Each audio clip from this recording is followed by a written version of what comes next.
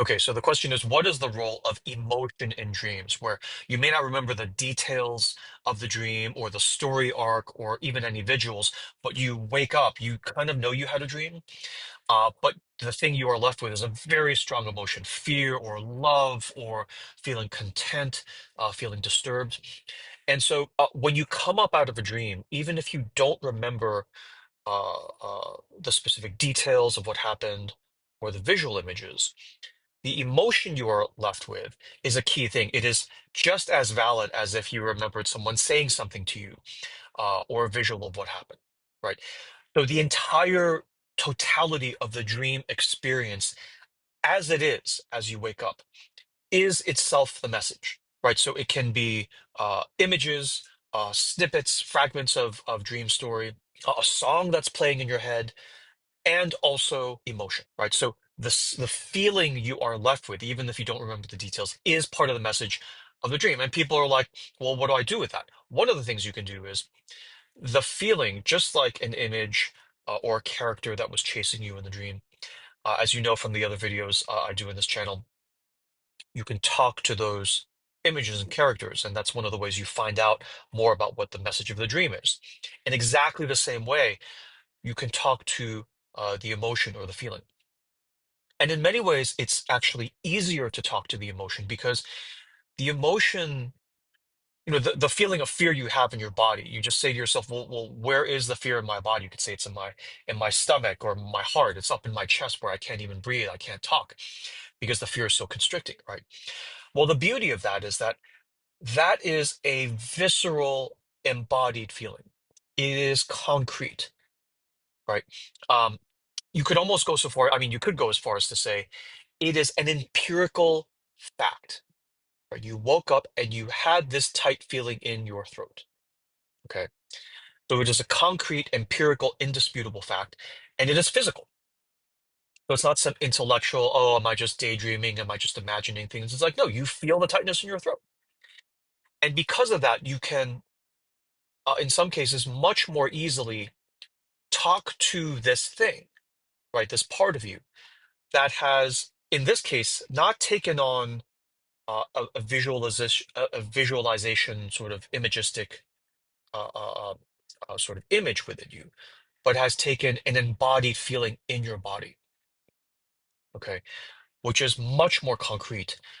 And that just happens to be the mask or the finger puppet it has chosen to take. And so you can turn to it and talk to the discomfort in your throat, talk to the tightness in your belly.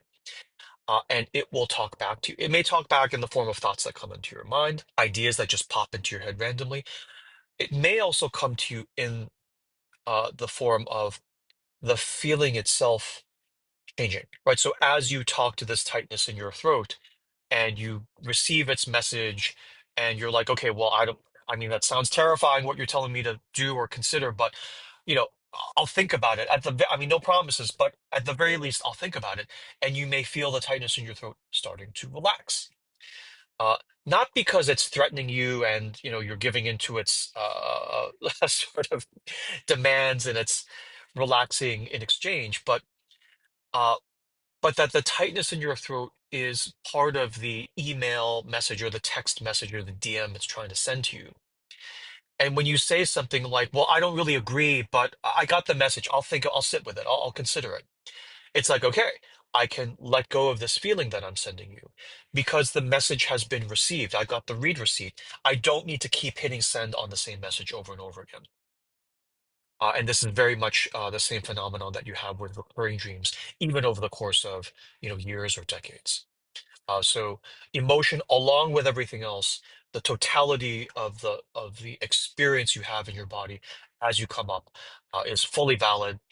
Um, and really, the trick with dream reading is as you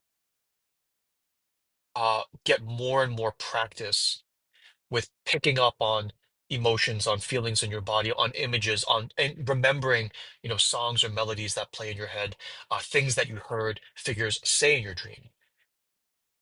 Uh, the more sensitized you will be from the dream world to taking in all the different thoughts and feelings that you're having and kind of logging them and writing them down or remembering them, if you will, to include in the full message of the dream.